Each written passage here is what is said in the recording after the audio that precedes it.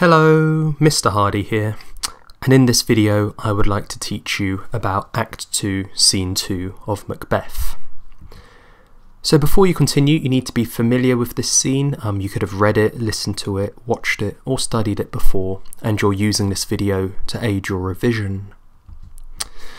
So we'll start off by summarising what happens in this scene. We'll then look at the key characters, themes, contexts, and I'll pick out a few quotes and techniques that I would consider memorising for your exam.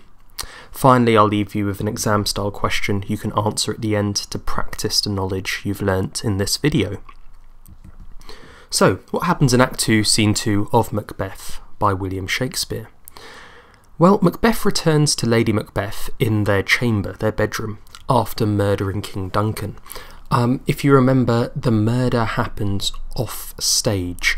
The technique we can identify is obscenely. The murder happens obscenely off stage, and that way the audience can imagine it to a full horror and gory effect in their imagination, rather than depicting it on stage in a less terrifying way. Lady Macbeth is feeling really excited just before Macbeth arrives. Clearly she's had a bit of wine, and this plotting of King Duncan's murder has got her feeling energised, and when Macbeth returns and confirms the regicide, she's feeling quite good about life at that moment. Macbeth then explains that as he was returning from King Duncan's chamber to his chamber with Lady Macbeth, he heard some people talk in their sleep. One person cried out "murder," but someone else nearby then said "God bless us," and someone else said "Amen," and they were able to return to sleep. Macbeth really wanted to say "Amen," because remember, in 11th century Alba, Scotland, it was a largely Christian society, so the idea of saying "Amen" and getting God's blessing was important. But clearly, because Macbeth has just committed regicide and angered God, the word "Amen," which is "I believe," means it was stuck in Macbeth's throat. He couldn't accept that blessing from God because he's committed an act that has offended God and broke the great chain of being, the divine right of kings, and subverted the natural order. Those three things that God had put in place. Macbeth then hears a voice expressing that he can no longer sleep, for he has murdered sleep. It's unclear where this voice is coming from. Is it a supernatural voice that the witches have conjured? Is it a voice that God has put in Macbeth's head?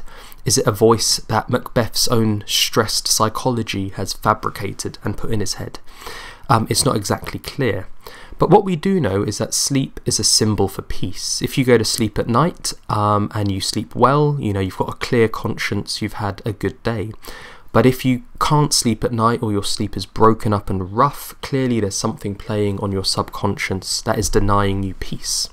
So Macbeth has murdered his own sleep. He's murdered his own peace by killing King Duncan. Lady Macbeth tries to comfort her husband and tells him to forget about this or else he will go mad. This clearly foreshadows the madness that will eventually strike both husband and wife, and as we know, madness is a key theme in the play. Lady Macbeth realises that Macbeth has brought the daggers back with him instead of planting them on the guard, and she insults him. She calls him infirm of purpose, and then she commands that he gives the daggers to her, and she goes off to plant them on the guards. This is because Macbeth refuses to return to the murder scene. He can't bear to look upon what he's done to Duncan. So whilst Lady Macbeth goes off to plant the daggers on the guards, Macbeth is left alone on stage, and he expresses his rather large feeling of guilt. Now, guilt is symbolised by blood in the play, and he believes he's got so much of Duncan's blood on his hands that he couldn't even wash it off in an ocean. In fact, he's so guilty that if he put his red, bloody hand in the ocean, the green ocean would actually become red with all the blood that he has spilt. So he's feeling immensely guilty. Lady Macbeth returns, having planted the daggers on the guards, and expresses her relatively small guilt. She says, "A little water will clear us of this deed." If you look at the quantity of water, Macbeth needs an ocean to wash his guilt away, so he's feeling very guilty. But Lady Macbeth only needs a little bit of water to wash away her guilt. So clearly she's not feeling guilty at all, And we know the reason why, because she asked the spirits to unsex her, to fill her with cruelty, and to stop up the passage of remorse. We then hear some knocking, and Lady Macbeth eventually identifies that someone's knocking at the gate. Lady Macbeth then assumes quite a masculine role and commands her husband Macbeth to clean the blood off his hands and go to bed and pretend to be sleeping. And so Act 2, Scene 2 comes to an end. So who are our key characters in this scene? Well, it's husband and wife. It's Macbeth and Lady Macbeth. We start off with Lady Macbeth, and at the start of the scene she's feeling energised. She says, "That which have made them drunk have made me bold." So the wine that she's used to drug and make the guards pass out from being drunk has energised her and is making her feel really good. Alongside the fact that Macbeth returns and says he's murdered King Duncan, she's feeling really good at this point of the play. We learn that Lady Macbeth's a little bit weak because she said she would have killed King Duncan herself had he not resembled her father as he slept. So clearly she has a bit of weakness, a bit of sensitivity in her, but not much left, particularly after the evil spirits have filled her. She expresses concern at Macbeth's ability to get the job done. She explains how she'd laid the daggers ready, how he could not miss them, but she still seems to question his ability to murder the sleeping King Duncan. When Macbeth does return, and he's clearly distressed by the fact he couldn't say amen, and that some voice was saying he'd murdered his sleep, his peace, Lady Macbeth turns comforter. She says, you know, put these thoughts out of your mind or else they'll turn you mad. But then when she realises that Macbeth has kept the daggers on him instead of planting them on the guards, she assumes leadership. She breaks her gender role of being the passive woman and she takes that active male leadership. She says, "Give me the daggers," and she goes to deal with the situation and plant the bloody daggers on King Duncan's guards. When she returns from doing this, we learn that she's really guilt-free. She doesn't feel guilty for having murdered King Duncan. And we know that she's guilt-free because the evil spirits have stopped up her passage of remorse, and she says a little water clears us of this deed. A little bit of water gets rid of her little bit of guilt. And we see right at the end of the scene that Lady Macbeth, again, is quite masculine. She's quite commanding to her husband. Get on your nightgown, you know, wash yourself, dress yourself, go to bed. She tells him what to do, whereas traditionally in 11th century Scotland and in the Jacobean era it would have been a very patriarchal society. You would have expected Macbeth to be commanding Lady Macbeth and not the other way around. The second key character in the scene is the eponymous character himself, Macbeth. We first see him when he returns after committing regicide, and he comes across as disturbed. He is not happy that he has done this deed, and he becomes very worried about the state of his soul. When he couldn't say amen, when he couldn't receive God's blessing, that really concerned him. And when he heard that voice saying, "Macbeth hath murdered sleep, you've murdered your own peace," he is very worried about his mental state, his spiritual state. He comes across as a very worried man. We see his weakness. He refuses to go back and look at the bloody deed he's done. He refuses to go back and see King Duncan with all the stab wounds in him, and he doesn't want to see the action, the regicide he's committed. Now this for me is strange because Macbeth is a warrior. He must have killed hundreds, maybe even thousands of men over his lifetime. Yet killing this one old King Duncan has filled him with so much worry, it's weakened him. And I think this is because he knows it was the wrong thing to do. It was immoral, it was unethical, and yet he still did it. And all of this leads to him being guilt-ridden. We know this because he believes he needs an entire ocean of water to get rid of the little bit of blood that King Duncan has splashed on him from being stabbed. I did Google it. In the human body, we have about 10 pints of blood. So even if when Macbeth stabbed King Duncan, all 10 pints of blood made its way onto Macbeth, you could easily wash that off with maybe 10 pints of water. You definitely don't need an ocean with millions and millions and millions of pints of water. So clearly he's feeling extremely guilty. And at the very end, we learn that Macbeth regrets his action. He wishes he didn't kill King Duncan. We know this because there's knocking, and Macbeth says, "Wake Duncan with thy knocking. I wish those knocks could wake up the king, but they can't because he has been murdered." Okay, what key themes do we have in this scene? Well, first of all is the theme of sleep. And sleep, as we know, symbolises peace. If you've had a really good day at school or at work, you might go home and you might sleep like a baby. And that similarly suggests that your conscience is clear and you can sleep peacefully. On the other hand, if you've maybe made a mistake or done something wrong in the day, just as you're drifting off to sleep, your brain might bring back that moment, that mistake you made, and you can't go to bed. You now have no peace. You cannot sleep. So sleep is a symbol of peace, and Macbeth hath murdered sleep. He's killed his own peace. I really like that they acknowledge that Macbeth did it, like he did this to himself by committing regicide. We have this religious theme. Specifically, we know that Jacobean England was Christian and 11th century Scotland was largely Christian. And we get this with the phrase "God bless us" and "Amen." And it's a very morally centered society. They know what is right, they know what is wrong, and being able to say amen means God will bless you, and Macbeth has lost that. He's lost his morals by committing regicide, and therefore he's lost God's blessing.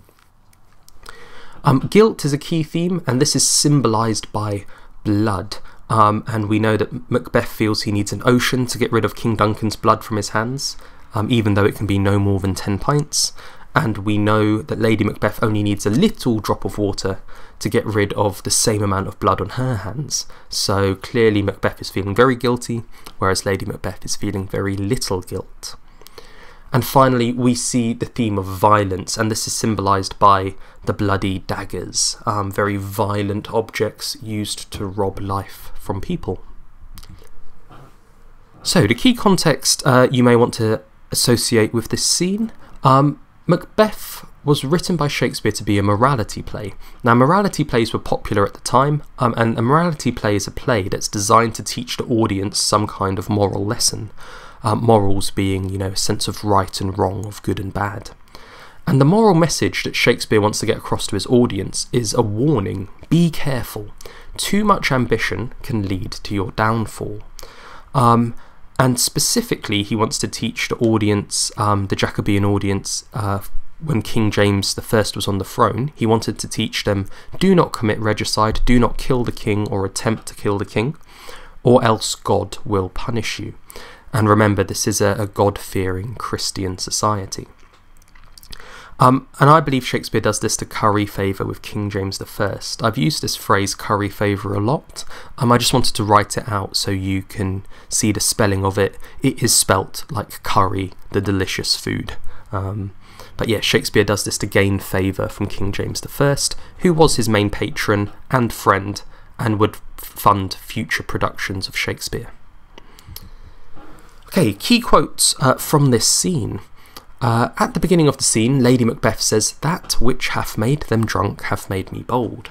The thing that makes you drunk is alcohol, so clearly she's used alcohol, maybe some drugs, to drug the guards, whereas when she drank the alcohol and the thought of murdering King Duncan, it instead made her feel bold. There's a juxtaposition here. It had a negative effect on the guards, but it had a positive effect on her.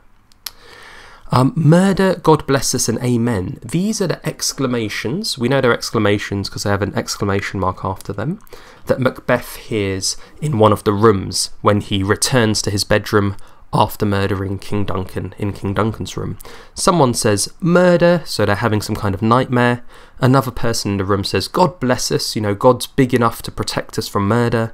A third person, or maybe the original person who said murder, says, amen, I believe that God can protect us, and they go back to sleep peacefully. I find it really interesting that God is able to give these people a sense of peace, whereas God has cursed Macbeth with madness and a lack of peace, because he has broken God's divine right of kings, great chain of being, and natural order by murdering King Duncan. Sleep no more, Macbeth does murder sleep. So we know that sleep is a theme and it's a symbol of peace, and I love the second quote there, Macbeth does murder sleep. Macbeth did this to himself. If he didn't murder King Duncan, he'd sleep peacefully as the Thane of Cawdor, he'd go on to live a peaceful, happy life. But because he's broken all of those things, great chain of being, divine right of kings, natural order, he's gone against God, he's committed sacrilege, he's committed treason, all those key words I've taught you, he has now murdered his sleep, he has no more peace. Infirm of purpose, this is what Lady Macbeth calls Macbeth when she realises he has brought back the murder weapons, the bloody daggers, to their bedroom. I really like this insult, infirm of purpose. It basically translates into modern English as you are useless, you have no purpose. And just imagine the shock of the Jacobean audience when a woman says this to her superior gender-wise husband at the time. Those were the gender stereotypes. She calls him purposeless, even though he is a well-known and renowned warrior, even though he is the Thane of Cawdor and has recently had a promotion. The last thing Macbeth is useless, infirm of purpose. Yet Lady Macbeth, in her masculinity, in her evil spirits that have filled her up, has adopted this leadership role and subverted the gender expectations, and now actually insults her husband. Give me the daggers. This imperative, which means command, with the commanding verb give, shows that Lady Macbeth has adopted that masculine role. Macbeth is so traumatised by having murdered King Duncan, he dare not go back to face the bloody scene, so she wears the pants in the relationship. If you remember that phrase from a previous video, she adopts the leadership position, and she goes and plants the daggers on the guards. Whilst Macbeth is left alone on stage, he expresses his great regret through this rhetorical question. Will all great Neptune's ocean wash its blood clean from my hand?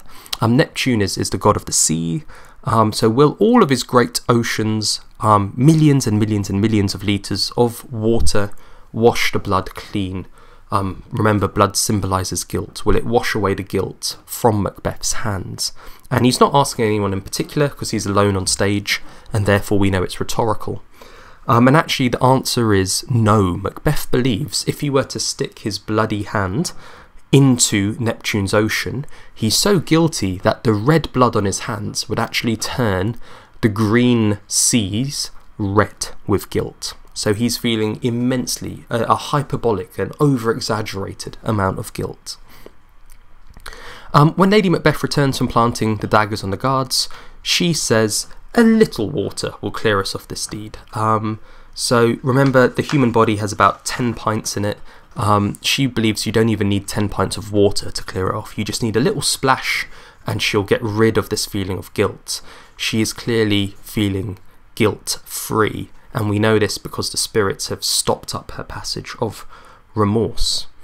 Actually, she's so embarrassed that her husband feels guilty. Lady Macbeth actually says, my hands are of your colour, that colour being red because they're covered in King Duncan's blood. My hands are of your colour, but I shame to wear a heart so white. She's calling him a coward again. She's questioning his masculinity. I would be ashamed to feel as guilt-ridden as you, Macbeth.